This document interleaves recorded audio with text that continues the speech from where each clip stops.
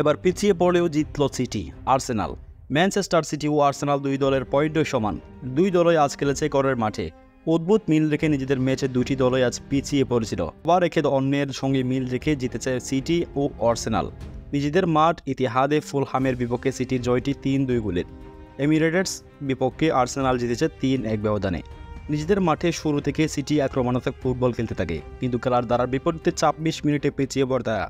Raul মিনিজেজের সহায়তায় ফুলহামকে এগিয়ে দেওয়া গোলটি করেছেন ম্যানচেস্টার ইউনাইটেডের সাবেক ব্রাজিলিয়ান মিডফিল্ডার অ্যান্ড্রিয়াস। ম্যাচে ফিরতে অবশ্যই বেশি সময় নেয়নি সিটি।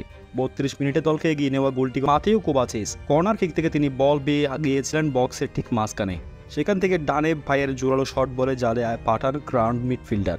১-১ গোলের সমতা নিয়ে প্রমর্ধাদ্য শেষ করার পর দ্বিতীয়ার্ধের দ্বিতীয় মিনিটে এগিয়ে যায় সিটি। এই গোলটি করেন কুচাবিজ, ক্রোয়াট মিডফিল্ডার। এবারে গোলটি বক্সের বাইরের দিকে নেওয়া শটে। গোলটিতে সহায়তা করেছেন বেনার্দো সিলভা। ৮২ মিনিটে সিটির তৃতীয় গোলটি করেছেন বেলজিয়ান উইঙ্গার। ৮৮ মিনিটে একটি গোল ফেরত দেয় ফুলহ্যাম। প্রিয় দর্শক, ফুটবলকে ভালোবাসলে অবশ্যই চ্যানেলটি সাবস্ক্রাইব করুন।